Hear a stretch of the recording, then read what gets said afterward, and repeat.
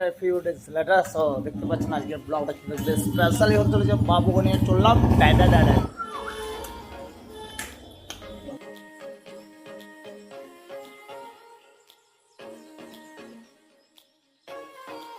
নিলাম কারণ এখানে গাড়ি পার্কিং করার একটু অসুবিধার ব্যাপার আছে সেই কারণে দেখতে পাচ্ছেন আমরা কিন্তু এখানে দাঁড়িয়ে রয়েছি আর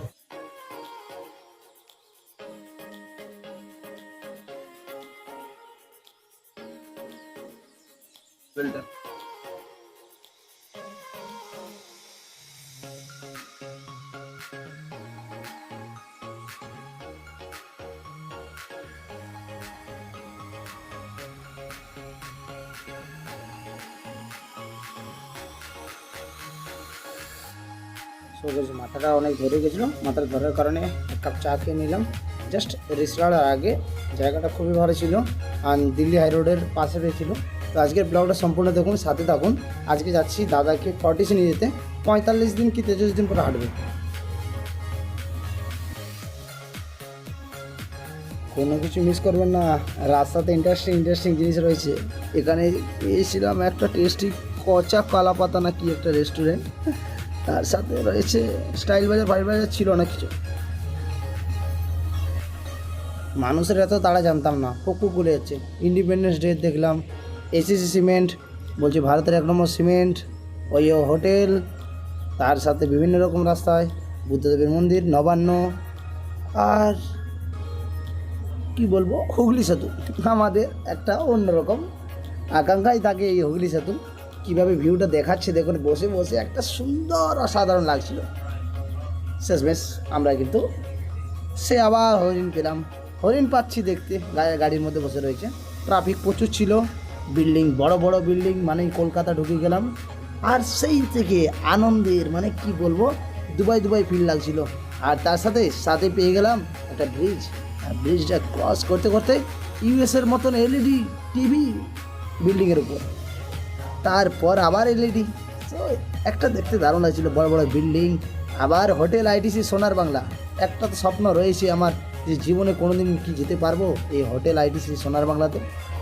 তো তারপর দেখছি কি বিল্ডিংয়ের উপর গাছ, জুম করে এটাই দেখাচ্ছি, বিল্ডিংয়ের উপর গাছ, কত বড় বড় গাছ দেখুন।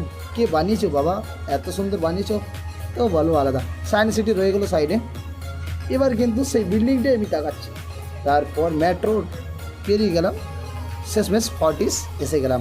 ফর্টিস হসপিটালটা আপনাদেরকে দেখাবো আজকে, এত সুন্দর মানে কল্পনা করবেন না। দাদা কিন্তু হাঁটতে পারছিল না প্রথমে, কিন্তু এক্সারসাইজের পরে কিন্তু হাঁটবে, কেমনভাবে হাঁটবে সেটা দেখিয়ে দেবো। তো সেখানে কিন্তু মানুষগুলো নিয়ে যাচ্ছে, আর আপনাদেরকে ঘুরিয়ে দেখিয়ে দিচ্ছি হসপিটালটা।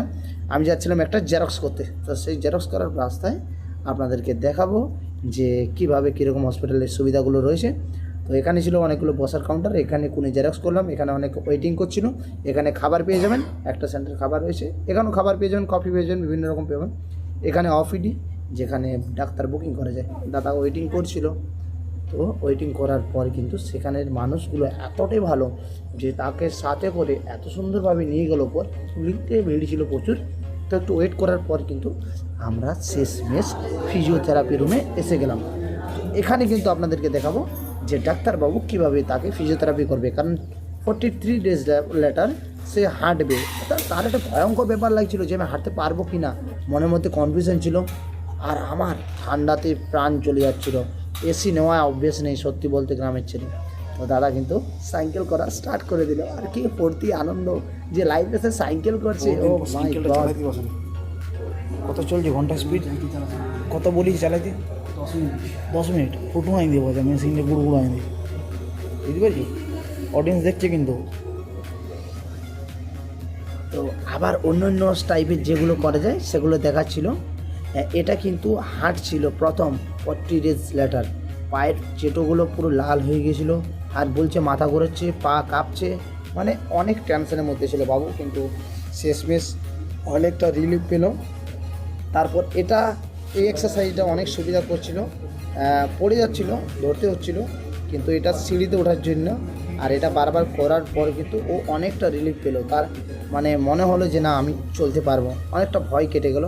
সে ভয়টা কাটার পর আবার কিন্তু লেফট রাইট কম্বিনেশনে কিন্তু শেখাচ্ছিল।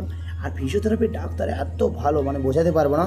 তিনি কিন্তু অনেক শিখিয়েছেন, আর সাথে যারা এই ফিজিওথেরাপির যে অ্যাসিস্ট্যান্টগুলো ছিল খুবই ভালো, এরাও কিন্তু ডাক্তার ট্রেনিং করছিল, তো তারাও কিন্তু খুব ভালো শেখাচ্ছিল।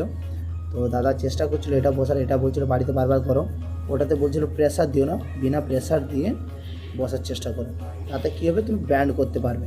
গাড়ি অনেক খুঁজতে কষ্ট হবে, পাচ্ছিল। সেই গাড়ির ড্রাইভারের কোনো ফোন নেই। তো এবার আমি গাড়ির নাম্বারটা আমি মুখস্থ রেখেছি, এবার পার্কিং লটে খুঁজে বার করাটা ইচ্ছে। তো এবার কিন্তু গাড়ির ড্রাইভারকে খুঁজতে তো খুঁজতে বৃষ্টি আমি পড়ছে, পেলাম আমি না। ভিজে গেছি। বাইরে দিকে আমি গেলাম এবং এখান থেকে ঘুরে ঘুরে শেষ পেলামই না যখন কিন্তু গাড়ি আমার পেলাম 16,1966। আর আমার ভিতরে এই যে রয়েছে বালিশ টালিশগুলো, প্রচুর বৃষ্টি পড়ছে। ড্রাইভার কোথাও পালিয়ে গেছে, আর হচ্ছে সবথেকে অসুবিধার বিষয়। ড্রাইভারেরও বোরিং লাগছিল, ড্রাইভারকে পাওয়া গেলো শেষমেশ, ড্রাইভার হেঁটে হেঁটে এলো। তো আসার পরে কিন্তু দাদা আস্তে আস্তে ভিতরে নিজেই ঢুকলো, কিন্তু এটা কিন্তু বিশাল ব্যাপার যে নিজেই গাড়ির ভিতরে ঢুকে গেছে আর চলতে পারছে। কিন্তু রিপোর্ট অনেক ভালো, বৃষ্টি প্রচুর পড়ছিল, কিন্তু কলকাতার শহরটা এত সুন্দর লাগছিল যে বলে বোঝাতে পারবো না।